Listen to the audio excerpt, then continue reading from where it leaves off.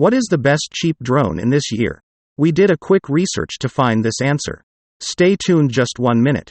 The Force One U818A is the best cheap drone based on the overall design, hardware, customer reviews, and expert reviews. The Force One U818A is one of the larger of the best cheap drones, but most of this size is due to the built-in rotor blade guards.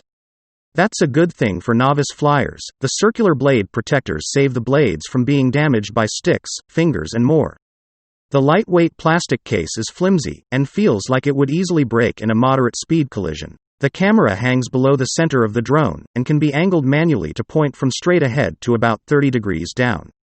Its camera can record video at a 720p resolution, stored on the micro SD card that fits into the back of the camera body.